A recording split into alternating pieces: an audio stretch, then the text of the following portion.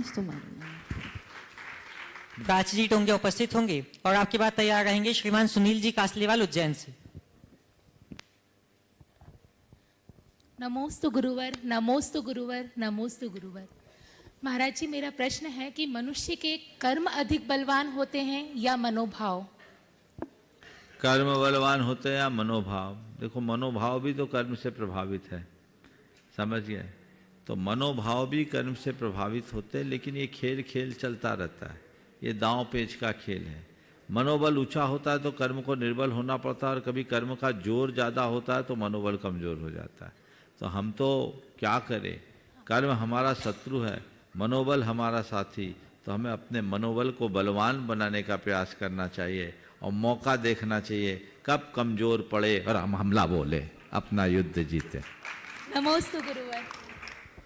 उपस्थित होंगे श्रीमान सुनील जी कासलीवाल उज्जैन से और आपके बाद तैयार रहेंगे निश्चल आनंद जी जैन आगरा। गुरुवर त्रिबार नमोस्तु। गुरुवर, मेरी जिज्ञासा है कि भक्तामृत स्तोत्र की जब रचना हुई थी तब आचार्य कुंद जी ने का आशय तो सिर्फ प्रभु की भक्ति का ही था। कुंद नहीं, मान तुंग बोलो। हाँ, मान तुंग, क्षमा करें, आचार्य मान तुंग जी का आशय सिर्फ भक्ति का ही था। लेकिन वर्तमान में कुछ लोगों द्वारा इस स्तोत्र का व्यवसायीकरण करके यह बताया जाता है कि इस श्लोक का मनन करोगे तो लक्ष्मी प्राप्त होगी, या इस नंबर के श्लोक का मनन करने से आरोग्यता प्राप्त होगी। तो गुरुवर, मेरी जिज्ञासा यह है कि क्या यह सब सही है, और यदि गलत है तो इस पे रोक लगना चाहिए, और यदि सही है तो इसका प्रमाणीकरण बताने की देखिए, कृपा करें। भक्तामर के विषय में मैं तो इतना ही जानता हूँ, मैं पूरा पढ़ता हूँ और इतना ही जानता हूँ कि उसके पहले पद में ही उसका पूरा सार छपा है, भक्तामर।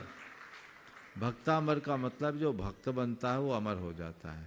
हमें तो अमर बनना और कुछ नहीं करना। तो अमर बनने के लिए भक्त बन जाओ, सब कुछ अपने आप हो जाएगा। भक्तामर जैसे स्तोत्र का जो आध्यात्मिक लाभ होना चाहिए वो आज ओझल हो रहा है, और लोगों ने उसका निश्चित व्यवसायीकरण कर दिया है, और उससे वह सब लाभ लेने की दृष्टि बन गई जो उससे बड़े अपने आप मिल सकता है, बिना कहे वो प्राप्त कर रहे। जो मिल सकता है, जो हमको लाभ लेना चाहिए, हमारी दृष्टि उसकी तरफ होनी चाहिए। लेकिन लोग आजकल उथली दृष्टि को देख करके ही रखते हैं, और ऐसा लोग यह सोच करके करते हैं कि इसको अपना ले तो लोग इधर उधर भटकने से बच जाएंगे। तो इधर उधर से भटकने से बच जाएंगे तो इस चक्कर में ऐसा कर लेते हैं, लेकिन हमें उनकी संसार से भटकने से बचने का रास्ता बताना चाहिए। इधर उधर से भटक करके कहाँ जाएंगे, फिर भी रहेगा तो संसार में ही। एक आदमी की सिगरेट पीने की शमशान रास्ते, घर से गांव से अपने शहर आता था, रास्ते में शमशान पड़ता था, तो उसको शमशान से गुजरते समय बड़ी धड़कनें बढ़ जाती थी, डर लगता था। तो अब वो क्या करे, तो एक मौलवी के पास गया, मौलवी ने उसको एक ताबीज़ दिया, बोले ताबीज़ पहन लो, डर चला जाएगा, पर ध्यान रखना ताबीज़ कभी गिरना नहीं चाहिए। ताबीज़ पहन लो, डर हमेशा को चला जाएगा, ध्यान रखना ताबीज़ कभी गिरनी नहीं चाहिए।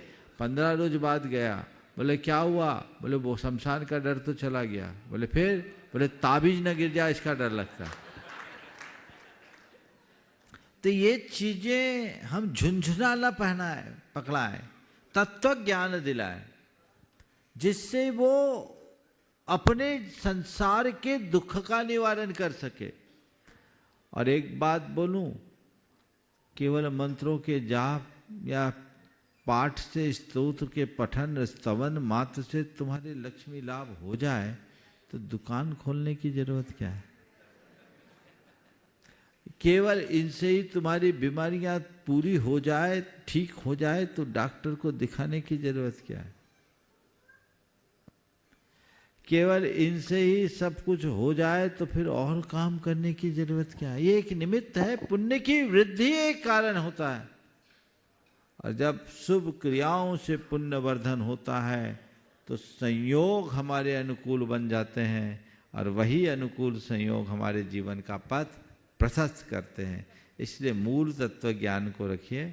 हमने कई बार भक्तामर का विश्लेषण किया है और हमने उसके किसी भी प्रकार के चमत्कारिक पहलू को छुआ ही नहीं।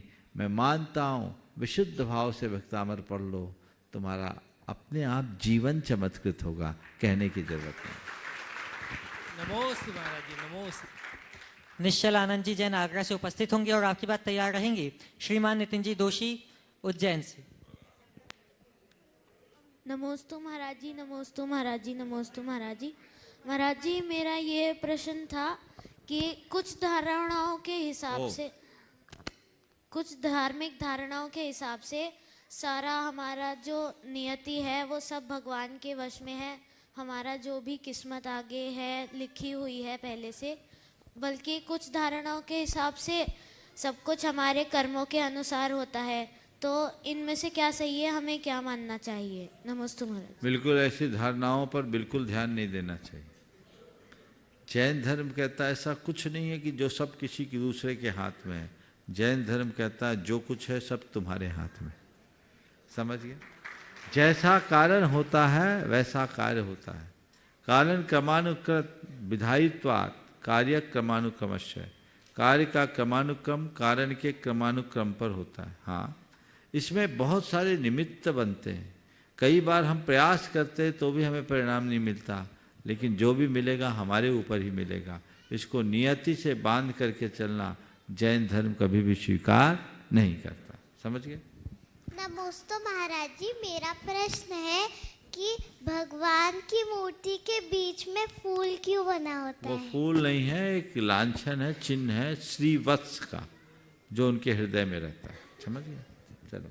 उपस्थित होंगे श्रीमान नितिन जी दोषी उज्जैन से।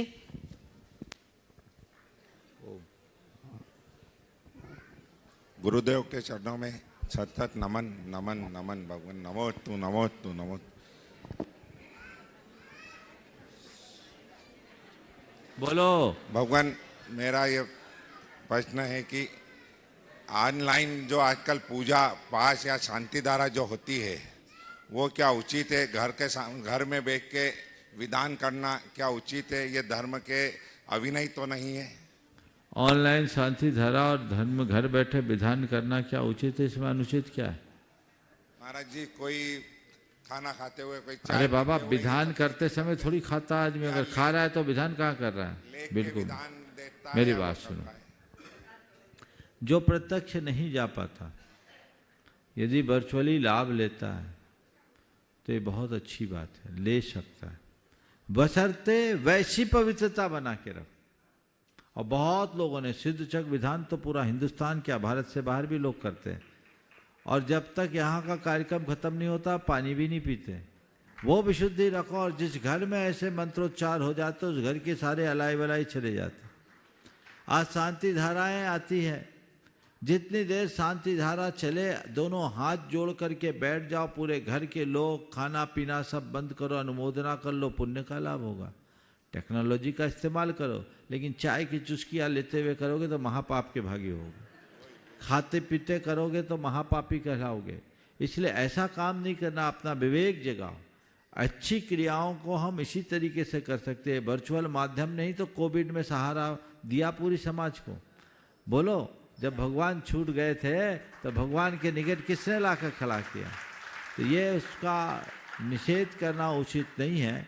हाँ, उसमें अपवित्रता रखना घोर नादानी। नमोस्तु भगवान। जैन मित्र मंडल और नारी चेतना मंडल पिछले 14 साल से शेखर जी की वंदना है तो उज्जैन से करीबन 300-400 यात्रियों को ला रहे हैं। भगवान ऐसा आशीर्वाद दें कि अनवरत चलता रहे। नमोस्तु भगवान। ऐसा करो कि उज्जैन से पूरा डेला है।